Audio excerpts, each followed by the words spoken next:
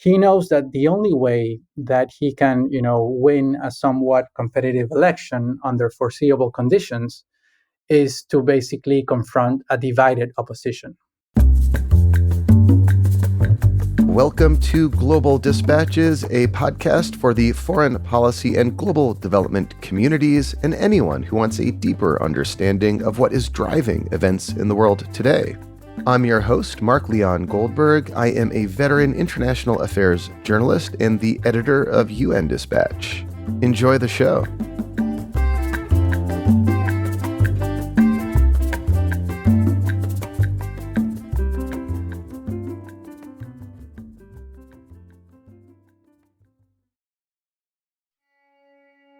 An opposition candidate named María Corina Machado overwhelmingly won a primary last Sunday to challenge Venezuelan President Nicholas Maduro in presidential elections next year.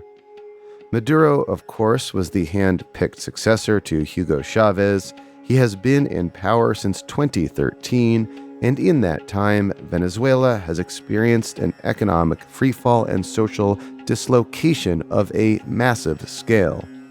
All the while, Maduro has tightened his grip on power through authoritarian means. Now, ordinarily, I would not pay too much attention to primary elections in Venezuela. The fact is that general elections have not been at all competitive in recent years. Maduro and the Chavismo movement cronies control the electoral process.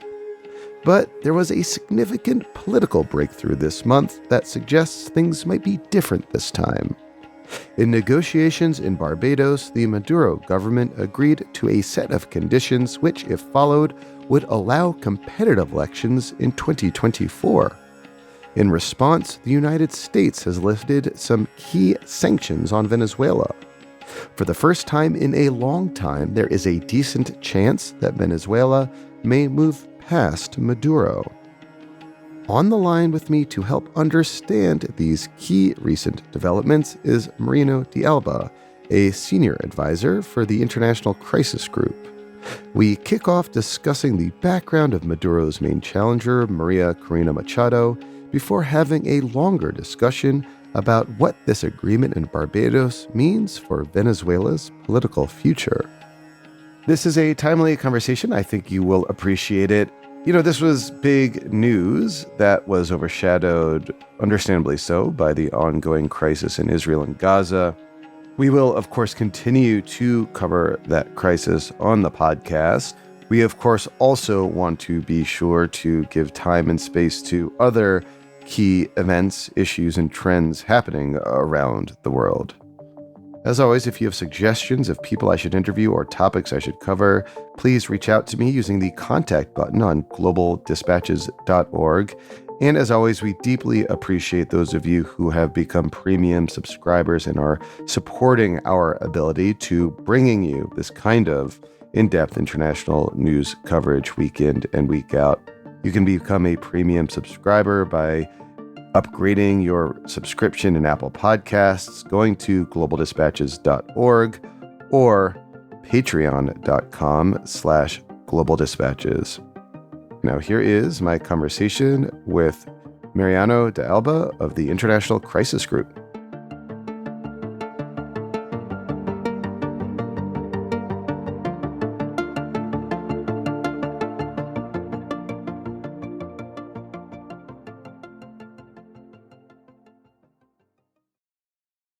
Just to kick off, can you explain and give us a little more background on María Corina Machado? Who is she? María Corina Machado, she's an industrial engineer, a Venezuelan industrial engineer. She went into politics, I would say, roughly at the same time that Hugo Chavez assumed power in Venezuela in January 1999. Perhaps she got into politics a bit further down the road. She is sort of like a different politician from what I would call the mainstream opposition, in the sense that, Venezuela historically and even during Chavez was a country that, most of the politicians subscribe to socialism or socialist policies. There was a lot of interest in addressing the needs of the overall population, Venezuela being a country with a lot of poverty. And Maria Corina Machado, through time, she tried to differentiate herself first by saying that she really believed in capitalism. And that was really key in a time where, Chavez was basically ranting all day long against the US and against capitalism. But also with time, I think that she understood that that term would be used by Chavismo and by the government against her. So she has, more recently ascribed to a political current of economic liberalism. She comes from a very wealthy family in Venezuela, her father being a very well known and respected businessman. And she started working for, let's say, an NGO that dealt with electoral issues. Then in the year 2011, she became a deputy of the National Assembly in Venezuela. And then she was removed from her post by the government. So she went to initiate her own political party. And she was very much, I think, in sync with, she has said this, quote unquote, she was in total agreement with the diagnosis of the Trump administration on Venezuela, which we should remember was a diagnosis of Maduro needs to go, and for that we will apply maximum pressure. And that basically meant, trying to isolate the government from the international community, but at the same time impose broad economic sanctions, mainly on its oil industry. And she was in favor of those sanctions as part of an effort to rid Venezuela of Maduro. Yes, she was in favor of those sanctions. And let's also remember that there was a time where former President Trump very much, toyed around with the idea of the need of for a foreign US-led foreign military intervention to get rid of Maduro. She also supported that idea. She even went as far, she and her supporters, to support the idea that basically the reason why the US foreign intervention was not happening was because the people in the opposition in charge at that moment, namely Juan Guaido, who was recognized by the US as interim president of Venezuela, were not asking the US government strongly enough for that military intervention. So interesting. Despite having these somewhat controversial views, she recently overwhelmingly won a primary to be the challenger potentially against Maduro in upcoming elections. What were her platform or her planks, or why was it that she so overwhelmingly bested all the other opposition candidates to resoundingly win in this primary? I mean, it's without doubt that she won the primary with a very solid majority, over 90% of the votes, as the counts show as we're recording this episode. I think that, her strategy, I would say from the year 2021, 2022 until now, has been, first and foremost, try to draw a line between her and the more mainstream opposition. And then, throughout this year, basically, she started the year saying that the reason why she would participate in the primary was to displace the mainstream leadership of the opposition. And basically, I think that she read the sentiment of an important part of the Venezuelan population that wants to see Maduro out of power, of the Venezuelan opposition, who became really disillusioned with the mainstream opposition, given that the opposition has been promising for many years now, for many, many years, that Chavismo will leave power, and they have not succeeded. So Maria Corina tapped into that sentiment. I also have to say that basically she ran practically unopposed because, the other candidates were not strong enough, did not have the profile, and also their parties, they are basically in a very weak situation. So I think that she won because, she and the close people that support her did her job in terms of organizing everything and pushing for these primaries to happen, which was a big question for most of the year, if they were going to happen or not. But also, when the key moment came for the vast majority of people to decide who were they going to vote, the reality is that she did not have another strong contender. The other candidates were not well known as she is because she has been in opposition politics for so many years. So I think that, at least for a relevant part of the population that voted for her on Sunday, October 22nd, They voted for her not because they like her or because they support her policies, but also because, she became to be seen as the only one standing in terms of, known opposition politicians that are willing to put the effort to try to move forward a changing government.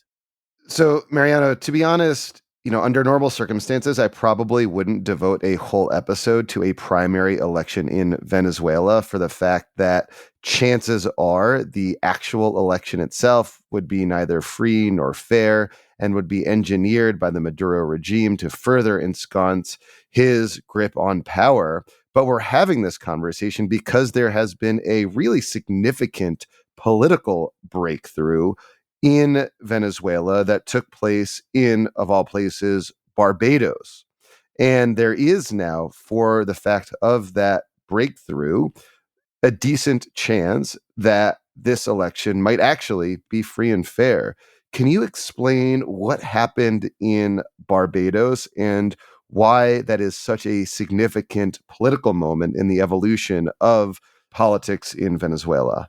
So Venezuela is scheduled to have presidential elections in the year 2024. As you say, last time that presidential elections were held in Venezuela in the year 2018, the vast majority of the opposition boycotted the election, decided not to participate, basically because the conditions were not there. There were no conditions whatsoever to conclude that that election was going to be held in somewhat fair conditions. That basically led eventually in January 29 for the US and over 50 countries to conclude that given that Maduro had not been reelected in a fair manner, then the president of the National Assembly, then Juan Guaido, had to be recognized as interim president of Venezuela. But now we're 6 years later, almost, and elections are going to happen next year. So what happened in Barbados was that, after many months of negotiations and basically a strong push of the US government, the government of Nicolas Maduro and the opposition signed an agreement. And that is an agreement that basically entails or enshrines certain improvement on the electoral conditions for the 2024 presidential elections. Some of those improvements are things, very obvious and even I would say surprising as, first, an agreement that the election will be held in the second semester of 2024. Second, an agreement about updating the electoral registry in Venezuela because there are millions of Venezuelans that have not been able to register to vote, most of them young people. Also, a commitment to update that electoral registry outside Venezuela because now there are over 7 million Venezuelan migrants and refugees outside Venezuela living abroad. And most of them are Venezuelans that are registered to vote, or some of them, I would say, are Venezuelans that are registered to vote in Venezuela but have not had the chance to update their registry to vote where they are living abroad. Access to media, the general conditions that make the election not free and fair. I wouldn't say that the election is going to be free and fair because Venezuela is so far away from a real free and fair election. But I would say that could make the election competitive, provided that the guarantees enshrined on that deal are implemented by the government because the government controls the National Electoral Council. And basically, the counter reaction to this deal in Barbados is that in reaction to the deal, the United States government, the Biden administration, announced that it would temporarily, for a period of 6 months, provide sanctions relief, namely by issuing licenses that allow the Venezuelan oil sector to start exporting again to the US. This was a big deal, the lifting of oil sector sanctions. That to me, and also the other sanctions that you're about to mention that were lifted as well, seemed to me to be just a profoundly strong US endorsement of this political agreement. This deal would have not been possible without the involvement of the Biden administration, basically because, in a negotiation table between the government and the opposition, the government had no interest in anything that the opposition could put on the table. But at the same time, the US needed the signature of the opposition in that agreement to provide sanctions relief. So that provided the space for the agreement to happen, among other considerations, right? Because Part of the reason that this agreement happened also is because, right now we're seeing record numbers of Venezuelan migrants reaching the southern border of the US. That is obviously a very hot topic for the forthcoming US presidential elections. So the Biden administration is under a lot of pressure to try to at least control that. And a key signal for that is that days before, in October 7th, 10 days before the deal was signed in Barbados, the Biden administration also announced that it would basically resume deportation flights to Venezuela, obviously following an agreement with the government. So I think that the U.S. role is key. I'm not really sure that the U.S. government really thinks that the Venezuelan possibility of exporting oil to the U.S. could substitute or even tame for a long time the increasing oil prices, given the situation in not only in Ukraine but also in the Middle East. But I think there's also a concern from the Biden administration and specifically from the White House that one of the consequences of this policy of isolation and broad sanctions against Venezuela is that the Venezuelan government has, become even closer to the geopolitical rivals of the U.S., namely Russia and China. So by providing sanctions relief, there's also hope that part of that oil will stop going to China and start going more into Western markets, and therefore regrowing that dependence between Venezuela and the West. So, despite this breakthrough in Barbados, there still seems to be some uncertainty around whether or not Maria Corina Machado will indeed be allowed to stand for election against Maduro. Can you, I guess, explain what's going on there and offer your thoughts on how this kind of current, I guess, legal standoff might be resolved in a way that would indeed allow her to stand against Maduro in elections? The problem now for Maria Corina Machado is that she's banned from running for office. Basically, that ban originated in the year 2014 when she was a deputy of the National Assembly. She went to Washington to the Organization of American States. And to be able to speak at the Organization of American States, basically, she intervened as a member of the delegation of the Republic of Panama. So when she went back to Venezuela, basically Chavismo used that to say, you are an agent of a foreign government or participating in that session as an agent of a foreign government. So now we're going to basically remove you from your post of the National Assembly. And then, this year, basically the government reaffirmed that ban using the other arguments that we discussed earlier, that Maria Corina Machado has supported U.S. sanction, has supported the idea of a U.S. military intervention, and so forth. But the reality is that, according to the Venezuelan constitution, that ban is unconstitutional because it is an administrative ban. There has been no process, no legal process whatsoever to ban Maria Corina Machado from running for office. There has been no involvement of the courts on this, and so forth. So the ban should be removed. The problem is that, when you speak to close supporters of the Venezuelan government, they say that it is very unlikely that the government is willing to do that. The Barbados deal, interestingly, says that both parties agree that there will be sort of like a process to authorize the participation of all the candidates. But I think that the government very aptly included a reference in that clause saying in accordance with Venezuelan law. So, just minutes after the deal was signed in Barbados, the chief negotiator for the government came out saying, this is no reference to the possibility of allowing banned candidates to run. However, Washington, via a statement of the U.S. Secretary of State, Antony Blinken, said that they had conveyed to the Venezuelan government that they would like to see some progress in this process of authorizing all candidates by the end of November. And if that doesn't happen, they would start reversing the sanctions relief. So right now, I think that we're in a situation in which obviously Maria Corina has won resoundingly the primaries. I think that, there has to be further negotiations and a further push to try to basically get that ban lifted. And this is where it gets interesting. If the government doesn't lift the ban, most of the other opposition factors believe that, notwithstanding that, they would still like to participate in the presidential elections.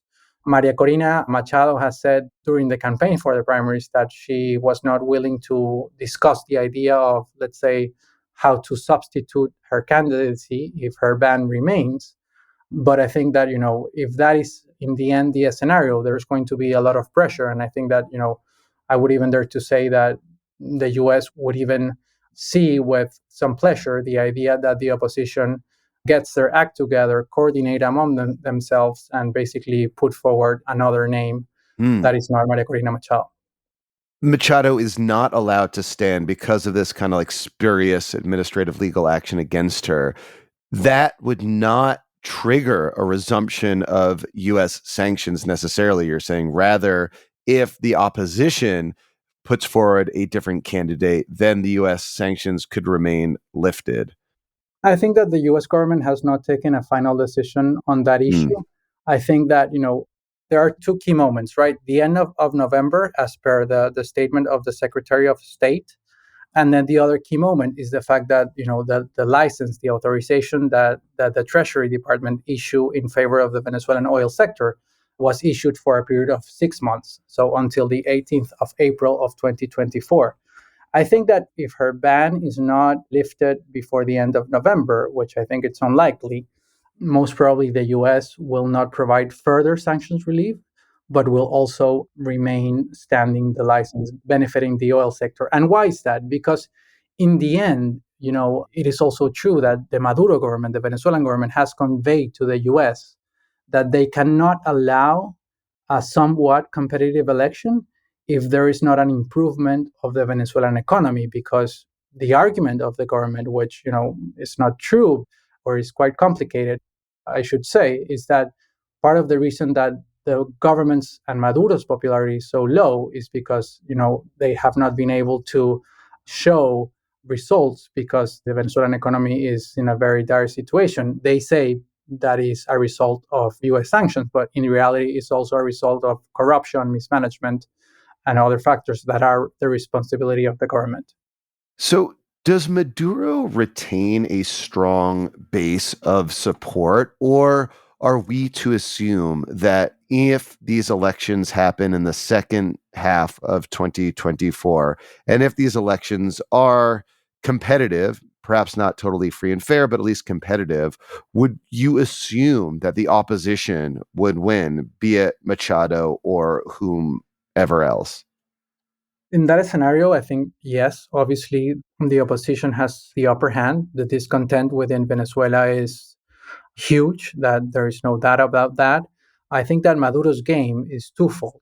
First, he has the ambition that, with at least a partial recovery of the Venezuelan economy, he will be able to regain some ground in terms of political support. There's a huge number of people in Venezuela that work for the public sector. And if there is an economic improvement, very likely Maduro will, for example, raise the salaries of the public sector and so forth. And that could have an effect. I am doubtful that that would have a huge effect, but that could have an effect. But the other game, and the most important factor, I think, that for the Maduro government is that he knows that the only way that he can, win a somewhat competitive election under foreseeable conditions is to basically confront a divided opposition. And this is where also, the divisions and the tension between Maria Corina Machado and the rest of the opposition comes very handy for the government. Because in Venezuela, there's no second round. There's no need to win with a particular percentage to become president. So in a scenario in which Machado's ban doesn't get lifted and she says, you know what, there's no conditions, I'm not going to continue with this farce, as she has said in the past, in past elections, and she calls part of her following not to vote, and then at the same time, part of the opposition decides to run. And that is basically a reality now, not only because the mainstream opposition are saying that they want to participate no matter the obstacles, but because there are also co-opted people that post themselves as people from the opposition, but in reality have been co-opted for the government. The reality is that there are going to be multiple candidates in the ballot. So if Maduro can present himself as the person with that gathers the most votes in a field of, very divided, basically the person with the largest majority in the country, he could pull it off. But that is why I think it depends to a large extent on the question of whether the opposition will be able to coordinate themselves and remain as unified as possible to basically, try to disarm or weaken the game that Maduro is trying to advance. Either way, 2024, the next several weeks are going to be really pivotal political moments in Venezuela, which has huge implications, at least here in the United States, for the fact that it is the largest source country of migrants to the United States right now. So this is all very, I think, impactful, at least here in the United States, on our domestic politics as well. I think that's a key element that the Biden administration has to consider. And, the reality is that even though the Biden administration is trying to push for a democratic transition in Venezuela, they also have other factors to take into account, especially in the year 2024, where the U.S. will also have presidential elections. And, obviously, it is quite clear, at least for now, that it's going to be also a close election. So in that sense, while the Biden administration wants to push for a democratic transition, they also have a deep interest that the economic situation in Venezuela improves somewhat, because that potentially could tame the number of Venezuelan migrants trying to reach the U.S. Mariano, thank you so much for your time. This was very helpful and timely. Thank you so much, Mark. A pleasure.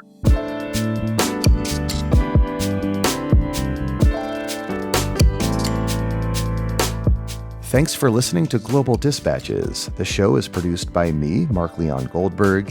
It is edited and mixed by Levi Sharp.